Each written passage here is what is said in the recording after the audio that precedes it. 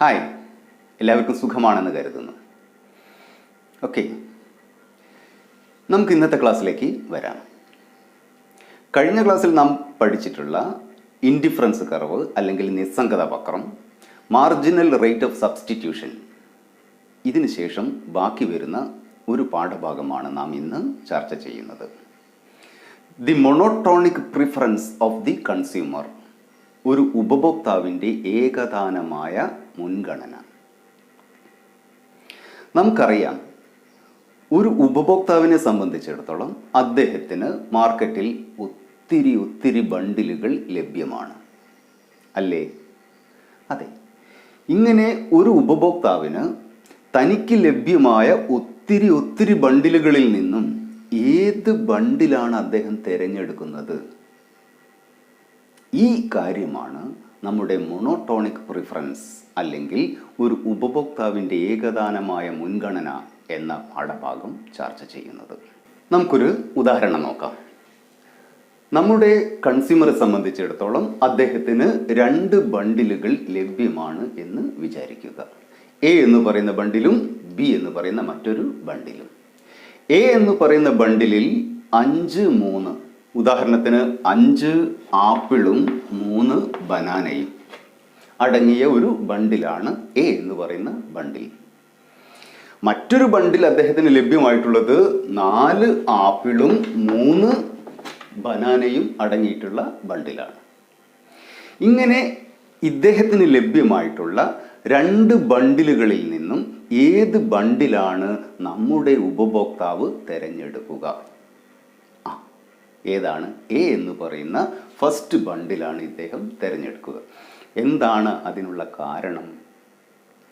അതെ, എന്താണ്? ഇവിടെ ബനാന എ എന്ന് പറയുന്ന ബണ്ടിലിൽ 3 ഉണ്ട്, ബി എന്ന് പറയുന്ന ബണ്ടിലും എത്ര തന്നെയാണ്? 3 തന്നെയാണ് ഉള്ളത്. എന്നാൽ ആപ്പിളിൻ്റെ എണ്ണം ഇവിടെ 5 ഉണ്ട്, ബി എന്ന് പറയുന്ന ബണ്ടിലിൽ എത്രയേ ഉള്ളൂ? 4 ഉള്ളൂ. ഒരു ആപ്പിളിൻ്റെ അധികം നമുക്ക് എവിടെ ലഭിക്കുന്നുണ്ട്? എ എന്ന് പറയുന്ന ബണ്ടിലിൽ ലഭിക്കുന്നുണ്ട്. എന്നാൽ ബനാനയുടെ എണ്ണത്തിൽ യാതൊരു വ്യത്യാസവും ഇല്ല. എങ്കിൽ ഉറപ്പാണ് നമ്മുടെ കൺസ്യൂമർ ഏത് ബണ്ടിൽ പ്രിഫർ ചെയ്യും? ഈ പറയുന്ന ബണ്ടിൽ പ്രിഫർ ചെയ്യും. ഈ തെരഞ്ഞെടുപ്പിനെയാണ് ഏകതാനമായ തെരഞ്ഞെടുപ്പ്, മൊണോട്ടോണിക് പ്രിഫറൻസ് എന്ന് പറയുന്നത്. ഓക്കെ, അപ്പോൾ എന്താണ് മൊണോട്ടോണിക് പ്രിഫറൻസ് എന്ന് പറഞ്ഞിട്ടുണ്ടെങ്കിൽ, by monotonic preference we mean a consumer prefers that bundle which has more of at least one of the commodity and no less of the other commodity as compared to other bundle. അപ്പോൾ ഏതെങ്കിലും 2 ബണ്ടിലുകളിൽ നിന്നും മറ്റേ സാധനത്തിൽ കുറവ് വരാതെ ഒരു സാധനമെങ്കിലും കൂടുതലായി ലഭിക്കുന്ന ബണ്ടില് തിരഞ്ഞെടുക്കുന്ന ഒരു ഉപഭോക്താവിൻ്റെ പ്രവണതയെ നമുക്ക് മൊണോട്ടോണിക് മുൻഗണന, ഏകതാനമായ മുൻഗണന എന്ന് പറയാം. ഇവിടെ ബനാനയുടെ അളവ് 2 ബണ്ടിലിലും തുല്യമാണ്, കുറവൊന്നും സംഭവിച്ചിട്ടില്ല. എന്നാൽ ആപ്പിളിൻ്റെ എണ്ണം എയിലാണ് 1 കൂടുതൽ, ഏതിനേക്കാളും? ബിയിനേക്കാളും. എങ്കിൽ ഇദ്ദേഹം ഏത് തിരഞ്ഞെടുക്കും? എ എന്ന് പറയുന്ന ബണ്ടിൽ നിശ്ചയമായും തിരഞ്ഞെടുക്കും. ഈ തെരഞ്ഞെടുപ്പിനെയാണ് മൊണോട്ടോണിക്, ആ എ എന്ന് പറയുന്ന ബണ്ടിൽ മാത്രമാണ്, ആ ഒരു എ എന്ന് പറയുന്ന ബണ്ടിൽ മാത്രമാണ് ഇയാൾ തിരഞ്ഞെടുക്കുന്നത്. ഈ തെരഞ്ഞെടുപ്പിനെയാണ് മൊണോട്ടോണിക് പ്രിഫറൻസ്, ഏകതാനമായ മുൻഗണന എന്നതുകൊണ്ട് നാം അർത്ഥമാക്കുന്നത്. മനസ്സിലായില്ലേ? ഓക്കെ, ഇനി നമ്മൾ മറ്റൊരു കോൺസെപ്റ്റാണ് പരിചയപ്പെടാനായിട്ട് പോകുന്നത്. നിങ്ങൾ ബോർഡിലേക്ക് നോക്കുക. ഇവിടെ ഗുഡ് എക്സും ഇവിടെ ഗുഡ് വൈയുമാണ് നാം അളക്കുന്നത്. ഇവിടെ IC1, IC2, IC3 എന്നിങ്ങനെ 3 ഇൻഡിഫറൻസ് കർവ്, 3 നിസ്സംഗതാ വക്രം ഞാനിവിടെ വരച്ചിട്ടുണ്ട്. ഉണ്ടല്ലോ, 1ൽ കൂടുതൽ നിസ്സംഗതാ വക്രം ഇവിടെ ഞാൻ വരച്ചിട്ടുണ്ട്. ഒരു കൂട്ടം ഇൻഡിഫറൻസ് കർവിനെ ഞാനിവിടെ വരച്ചിട്ടുണ്ട്. ഒരു സെറ്റ് ഓഫ് ഇൻഡിഫറൻസ് കർവിനെ ഞാനിവിടെ വരച്ചിട്ടുണ്ട്. ഇതിനെയാണ് നാം ഇക്കണോമിക്സിൽ മറ്റൊരു പേരിട്ട് വിളിക്കുന്നത്. അതാണ് ഇൻഡിഫറൻസ് മാപ്പ്. നിസ്സംഗത വക്രത്തിൻ്റെ മാപ്പ് എന്ന് പറയുന്നത്. അപ്പോൾ എന്താണ് what do you mean by an indifference map? An indifference map is a family of indifference curves. A group of indifference curves are called as indifference map. A set of indifference curves are called as indifference map. അപ്പോൾ പരീക്ഷയ്ക്ക് ഒരുപക്ഷെ ചോദിച്ചേക്കാം, what do you mean by an indifference curve? എന്താ നിങ്ങൾ ഉത്തരം എഴുതുക? A family of indifference curves are called indifference map. A group of indifference curves are called indifference map. A set of indifference curves are called indifference map. അപ്പോൾ മലയാളത്തിൽ ഒരു കൂട്ടം നിസ്സംഗത വക്രങ്ങളെ നമുക്ക് indifference മാപ്പ് എന്ന് വിളിക്കാം. ഓക്കെ, സിമ്പിളാണ്. ഗുഡ്. ഇനി നമുക്ക് പരീക്ഷയ്ക്ക് വളരെയധികം പ്രാധാന്യമുള്ള ഒരു പാഠഭാഗമാണ് ചർച്ച ചെയ്യുന്നത്. What are the properties of an indifference curve, അല്ലെങ്കിൽ what are the features of an indifference curve, അതുമല്ലെങ്കിൽ what are the characteristics of an indifference curve. ഒരു നിസ്സംഗതാ വക്രത്തിൻ്റെ സവിശേഷതകൾ, പ്രത്യേകതകൾ എന്തെല്ലാമാണ് എന്ന് വിവരിക്കുക. ഏകദേശം 4 മാർക്കിനൊക്കെ ചോദിക്കുന്ന ഒരു ചോദ്യമാണ്. വളരെയധികം ശ്രദ്ധിക്കുക. The first feature, the first property of an indifference curve is an indifference curve slopes downwards from left to right. The first feature is that an indifference curve slopes downwards from left to right. ഇടത്തു നിന്നും വലത്തേക്ക് താഴോട്ട് ചരിഞ്ഞിറങ്ങുന്ന ഒരു ഷേപ്പായിരിക്കും നമ്മളുടെ indifference കർവിന് ഉണ്ടായിരിക്കുക, അല്ലേ? This is the first property or feature of an indifference curve. നമുക്ക് വിശദമായിട്ടൊന്ന് നോക്കാം. എ എന്ന് പറയുന്ന കോമ്പിനേഷൻ, എ എന്ന് പറയുന്ന പോയിന്റിൽ ഇത്രയും x1ഉം ഇത്രയും x2വുമാണ് നാം വാങ്ങിക്കുന്നത് എന്ന് വെച്ചോളൂ. ഇവിടെ നാം x2 ആണ്, ഇവിടെ നാം x1 ആണ് അളക്കുന്നത് എന്ന് വയ്ക്കുക. അപ്പോൾ എ എന്ന് പറയുന്ന പോയിന്റിൽ നമുക്ക് x1, x2 ഇതാണ് നമ്മളുടെ എ എന്ന് പറയുന്ന പോയിന്റ് സൂചിപ്പിക്കുന്നത്. ഇനി നാം ബി എന്ന് പറയുന്ന പോയിന്റിലേക്ക് വരികയാണ് എങ്കിൽ നമുക്ക് ഇത്രയും ഭാഗം x2 നഷ്ടപ്പെടും. എന്നിട്ട് ഇത്രയും ഭാഗം x1 നമുക്ക് അധികമായി ലഭിക്കുകയും ചെയ്യും. ഏത് പോയിന്റിൽ? ബി എന്ന് പറയുന്ന പോയിന്റിൽ. അപ്പോൾ ബി എന്ന് പറയുന്ന പോയിന്റിൽ എന്തായി? x1 പ്ലസ് പിന്നെ നമുക്ക് അധികമായി ലഭിച്ചിട്ടുള്ള x1, അതായത് change in x1, delta x1. ഇതല്ലേ ബി എന്ന് പറയുന്ന പോയിന്റിൽ നമുക്കുണ്ടാകുന്ന x1ൻ്റെ അളവ്, x1 പ്ലസ് x1ലുണ്ടായ മാറ്റം, അല്ലേ? പിന്നെയോ x2 നമുക്ക് ഈ പോയിന്റിൽ, ബി എന്ന് പറയുന്ന പോയിന്റിൽ നമുക്ക് x2 ഉണ്ട്. നേരത്തെ നമുക്ക് എ എന്ന് പറയുന്ന പോയിന്റിൽ ഇത്രയും x2 ലഭിച്ചിരുന്നു. പക്ഷേ ബി എന്ന് പറയുന്ന പോയിന്റിൽ ഇത്രയും x2 നമുക്ക് നഷ്ടമായിട്ടുണ്ട്. ഒരു അധിക യൂണിറ്റ് അല്ലെങ്കിൽ ഡെൽറ്റ x1 ലഭിച്ചപ്പോൾ ഇത്രയും ഡെൽറ്റ x2 നമുക്ക് നഷ്ടമായിട്ടുണ്ട്.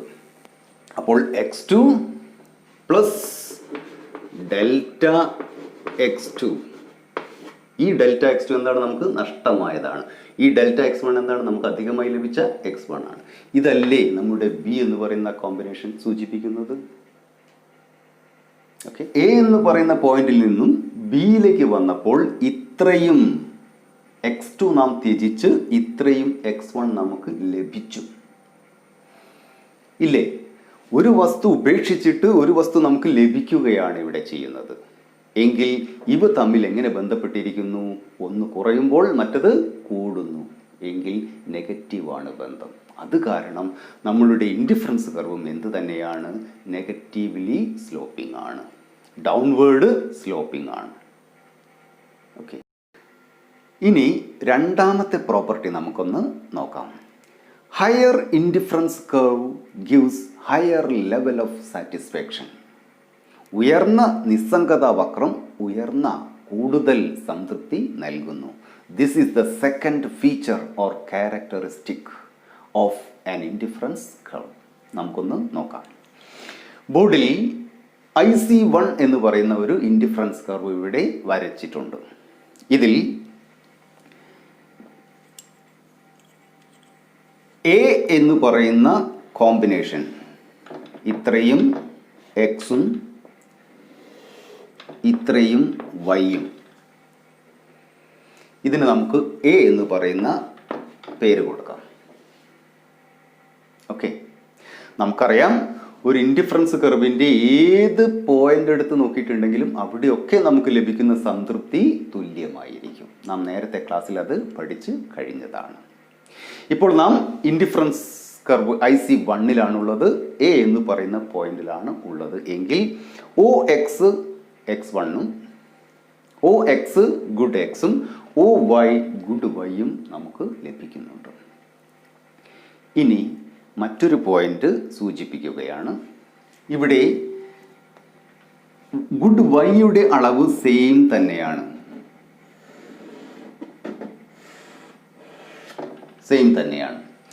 പക്ഷേ ഗുഡ് എക്സ് ഇവിടെ വർദ്ധിച്ചിട്ടുണ്ട്. ഇതിന് ഞാൻ x1 എന്ന് പേരിടുന്നു. x1 ഈ പോയിന്റിന് നമുക്ക് B എന്ന് സൂചിപ്പിക്കാം. അപ്പോൾ A എന്ന് പറയുന്ന പോയിന്റിനേക്കാളും x1 കൂടുതൽ ഗുഡ് എക്സ് നമുക്ക് ലഭിക്കുന്നുണ്ട്, ഇല്ലേ? ഗുഡ് എക്സിൻ്റെ അളവ് ഇവിടെ വർദ്ധിച്ചിട്ടുണ്ട്. എന്നാൽ വൈയുടെ അളവ് A എന്ന് പറയുന്ന പോയിന്റിൽ OY ആണ് ലഭിക്കുന്നത്. അത്ര തന്നെ ഇവിടെയും നമുക്ക് ലഭിക്കുന്നുണ്ട്. വൈയുടെ അളവ് വർദ്ധിച്ചിട്ട് കുറഞ്ഞിട്ട് ഒന്നുമില്ലല്ലോ, ഒരു മാറ്റവും സംഭവിച്ചിട്ടില്ല. എന്നാൽ എക്സിൻ്റെ അളവിൽ എന്ത് സംഭവിച്ചിട്ടുണ്ട്? കൂടുതൽ വർധനവ് സംഭവിച്ചിട്ടുണ്ട്. എങ്കിൽ A എന്ന് പറയുന്ന കോമ്പിനേഷനേക്കാളും കൂടുതൽ സംതൃപ്തി ലഭിക്കുന്ന മറ്റൊരു കോമ്പിനേഷനാണ്, മറ്റൊരു ബണ്ടിലാണ് ഏത്? B എന്ന് പറയുന്ന ബണ്ടിൽ. ഉറപ്പല്ലേ? എങ്കിൽ ഇദ്ദേഹത്തിന് A എന്ന് പറയുന്ന മൊണോട്ടോണിക് പ്രിഫറൻസ് നാം പഠിച്ചു. എങ്കിൽ A എന്ന് പറയുന്ന ബണ്ടിലിനേക്കാളും ഇദ്ദേഹം താല്പര്യപ്പെടുക ഏത് ബണ്ടിലായിരിക്കും? B എന്ന് പറയുന്ന ബണ്ടിലായിരിക്കും. കാരണം B എന്ന് പറയുന്ന ബണ്ടിലിൽ നിന്നും അദ്ദേഹത്തിന് കൂടുതലായിട്ട് സംതൃപ്തി ലഭിക്കും. ഉറപ്പല്ലേ? ഇനി നമുക്ക് മറ്റൊരു കോമ്പിനേഷൻ ശ്രദ്ധിക്കാം. എക്സിന് നേരെ ഇവിടെ C എന്ന് പറയുന്ന ഒരു പോയിന്റ് ഞാൻ അടയാളപ്പെടുത്തുന്നു. ഈ പോയിന്റിൽ നമുക്ക് എക്സിൽ യാതൊരു മാറ്റവും ഇല്ല. A എന്ന് പറയുന്ന പോയിന്റിൽ എത്രയാണോ ലഭിച്ചത് അത്ര തന്നെയാണ് C എന്ന് പറയുന്ന പോയിന്റിലും ഗുഡ് എക്സ് നമുക്ക് ലഭിക്കുന്നത്. എന്നാൽ ഗുഡ് വൈ ഇവിടെ y1 എന്ന് പറയുന്ന അത്രയും അളവിൽ നമുക്ക് ലഭിക്കുന്നുണ്ട്. y1 അധികം നമുക്ക് C എന്ന് പറയുന്ന പോയിന്റ് ലഭിക്കുന്നുണ്ട്. ഏതിനേക്കാളും? A എന്ന് പറയുന്ന പോയിന്റിനേക്കാളും, ബണ്ടിലിനേക്കാളും. എക്സിൻ്റെ അളവിൽ യാതൊരു മാറ്റവും ഇല്ല. എക്സ് എത്ര തന്നെയാണ്? OX ലഭിക്കുന്നുണ്ട്. ഇവിടെയും OX തന്നെ. C എന്ന് പറയുന്ന പോയിന്റിൽ OX എമൗണ്ട് ഓഫ് എക്സ് ലഭിക്കുന്നുണ്ട്. എന്നാൽ OY amount of good Y അല്ല, അതിനേക്കാൾ കൂടുതൽ OY1 amount of good Y നമുക്ക് C എന്ന് പറയുന്ന പോയിന്റിൽ ലഭിക്കുന്നുണ്ട്. എങ്കിൽ ഉറപ്പല്ലേ നമുക്ക് A എന്ന് പറയുന്ന ബണ്ടിലിനേക്കാളും കൂടുതലായിട്ട് സംതൃപ്തി നൽകുന്ന ഒരു പോയിന്റ് ആയിരിക്കും ഏത്? C എന്ന് പറയുന്ന പോയിന്റ് അല്ലെങ്കിൽ ബണ്ടിൽ. കാരണം ഇവിടെ ഗുഡ് എക്സിൻ്റെ അളവ് കുറഞ്ഞിട്ടില്ല, പക്ഷേ ഗുഡ് വൈയുടെ അളവ് കൂടുകയും ചെയ്തിട്ടുണ്ട്. ഏതിനേക്കാളും? A എന്ന് പറയുന്ന ബണ്ടിലിനേക്കാളും. എങ്കിൽ C എന്ന് പറയുന്ന പോയിന്റ് സൂചിപ്പിക്കുന്നത് ഹയർ ലെവൽ ഓഫ് സാറ്റിസ്ഫാക്ഷൻ അല്ലേ? ഓക്കെ, ഇനി മറ്റൊരു പോയിന്റ് അടയാളപ്പെടുത്താൻ പോവുകയാണ്. ശ്രദ്ധിച്ചോളൂ.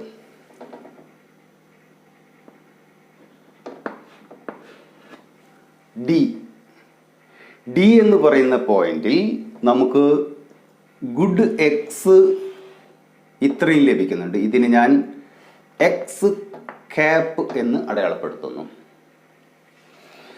ഗുഡ് വൈ എനിക്ക് ഡി എന്ന് പറയുന്ന പോയിന്റിൽ ഇത്രയും ലഭിക്കുന്നുണ്ട്. ഇതിന് ഞാൻ വൈ ക്യാപ്പ് എന്ന് സൂചിപ്പിക്കുന്നു. എങ്കിൽ എ എന്ന് പറയുന്ന ബണ്ടിലിനേക്കാളും എക്സ് ക്യാപ്പ് ഗുഡ് എക്സും വൈ ക്യാപ്പ് ഗുഡ് വൈയും അധികമായിട്ട് ലഭിക്കുന്നുണ്ട്. എങ്കിൽ ഉറപ്പല്ലേ ഡി എന്ന് പറയുന്ന പോയിന്റിൽ എനിക്ക് കോമ്പിനേഷൻ എയിനേക്കാളും ബണ്ടിൽ എയിനേക്കാളും കൂടുതലായിട്ട് സംതൃപ്തി ലഭിക്കുന്നുണ്ട്. ശരിയല്ലേ? എങ്കിൽ ഈ പോയിന്റുകളിൽ കൂടി കടന്നു പോകുന്ന ഒരു ഇൻഡിഫറൻസ് കർവ് നിശ്ചയമായും എനിക്ക് ഉയർന്ന സംതൃപ്തി നൽകുന്നതായിരിക്കും. ശരിയാണേ? അല്ലേ? നോക്കാം. ഇവിടെ സി എന്ന് പറയുന്ന, ഡി എന്ന് പറയുന്ന, ബി എന്ന് പറയുന്ന പോയിന്റുകളിൽ കൂടി നമ്മുടെ ഇൻഡിഫറൻസ് കർവ് IC2 കടന്നു പോകുന്നു. എങ്കിൽ IC1 എന്ന് പറയുന്ന നിസ്സംഗത വക്രത്തെക്കാളും കൂടുതലായിട്ട് സംതൃപ്തി ലഭിക്കുന്നതാണ് അതിൻ്റെ മുകളിലുള്ള ഒരു ഹയർ ഇൻഡിഫറൻസ് കർവ്. ഇല്ലേ? So this is the second feature of an indifference curve. Higher indifference curve gives higher level of satisfaction. മനസ്സിലായല്ലോ? ഓക്കെ. ഇനി നമ്മൾ മൂന്നാമത്തെ പ്രോപ്പർട്ടിയാണ് ചർച്ച ചെയ്യുന്നത്. The third property of an indifference curve. ഒരു ഇൻഡിഫറൻസ് കർവിൻ്റെ മൂന്നാമത്തെ സവിശേഷത. Two indifference curves never intersect with each other. രണ്ട് നിസ്സംഗതാ വക്രങ്ങൾ ഒരിക്കലും പരസ്പരം ഛേദിക്കുകയില്ല, കൂട്ടിമുട്ടുകയില്ല. നമുക്ക് നോക്കാം. ഒരു ഇൻഡിഫറൻസ് കർവ് ഞാൻ ഇവിടെ വരയ്ക്കാൻ പോവുകയാണ്. IC1 നമ്മൾ പഠിച്ചിട്ടുണ്ട്. ഒരു ഇൻഡിഫറൻസ് കർവിൻ്റെ ഏത് ബിന്ദു എടുത്ത് നോക്കിയിട്ടുണ്ടെങ്കിലും അവിടെ നമുക്ക് ലഭിക്കുന്ന സംതൃപ്തിയുടെ അളവ് എന്തായിരിക്കും? തുല്യമായിരിക്കും, ഈക്വൽ ആയിരിക്കും. അല്ലേ? ഞാൻ ഇവിടെ ഒരു പോയിന്റ് അടയാളപ്പെടുത്തുന്നു. എ എന്ന് പറയുന്ന കോമ്പിനേഷനിൽ എനിക്ക് എത്ര സംതൃപ്തി ലഭിക്കുന്നുവോ അത്ര തന്നെ ഇവിടെയുള്ള ഏത് ബിന്ദു എടുത്തിട്ടുണ്ടെങ്കിലും എനിക്ക് ലഭിക്കും. ശരിയല്ലേ? വെൽ, ഇനി നമ്മൾ തൊട്ടു മുമ്പേ മറ്റൊരു ഫീച്ചർ പഠിച്ചായിരുന്നു. എന്തായിരുന്നു? Higher indifference curve gives higher level of satisfaction. ഉയർന്ന നിസ്സംഗത വക്രം നമുക്ക് ഉയർന്ന സംതൃപ്തി ലഭിക്കുന്നു, ഉയർന്ന തലത്തിലുള്ള സംതൃപ്തി നമുക്ക് നൽകുന്നു. ഇല്ലേ? ഓക്കെ. എങ്കിൽ ഞാൻ ഇവിടെ അടുത്ത ഒരു ഇൻഡിഫറൻസ് കർവ് വരയ്ക്കാൻ പോവുകയാണ്. ഇവിടെ നോക്കിക്കോളൂ.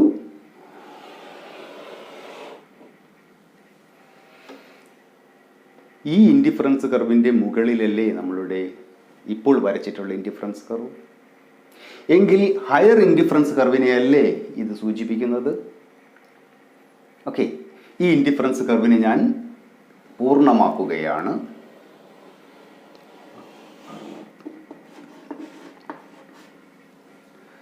IC2 എന്ന് ഞാൻ അതിന് പേര് കൊടുത്തു.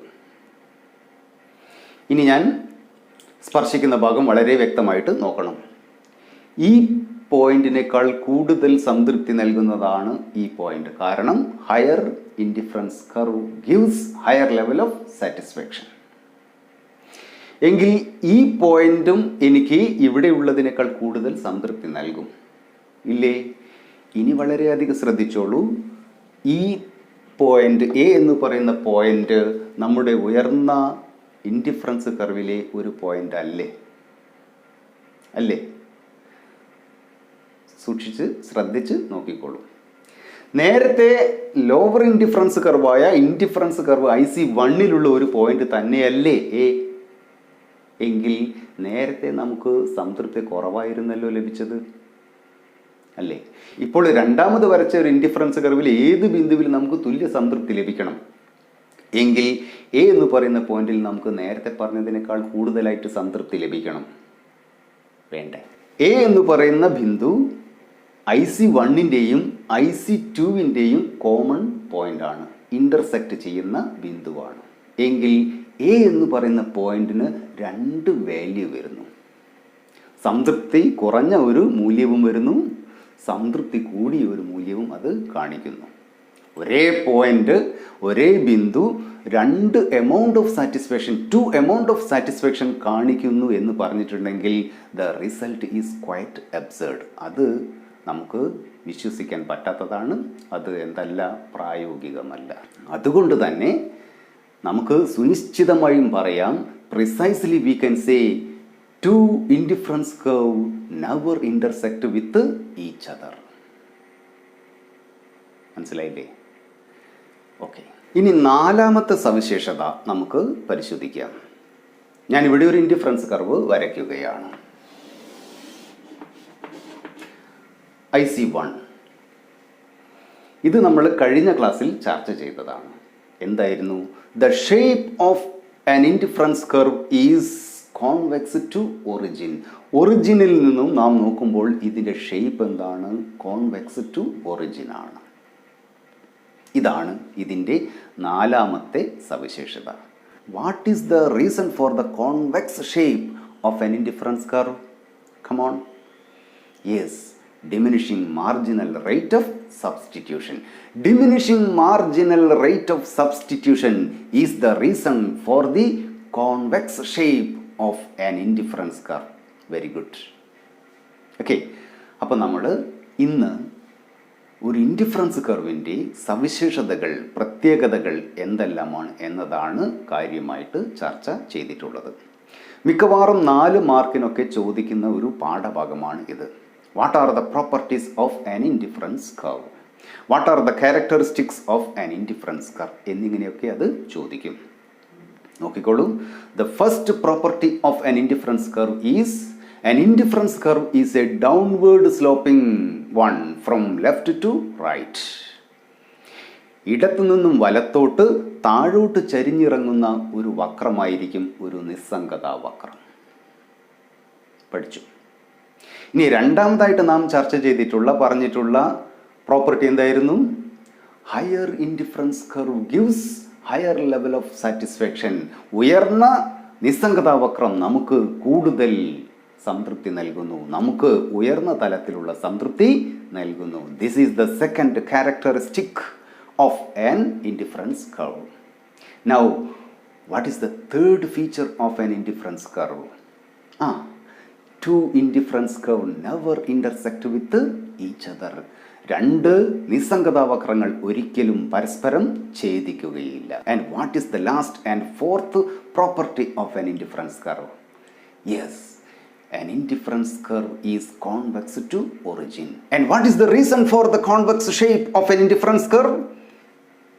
Yes, diminishing marginal rate of substitution is the reason for the convex shape of an indifference curve.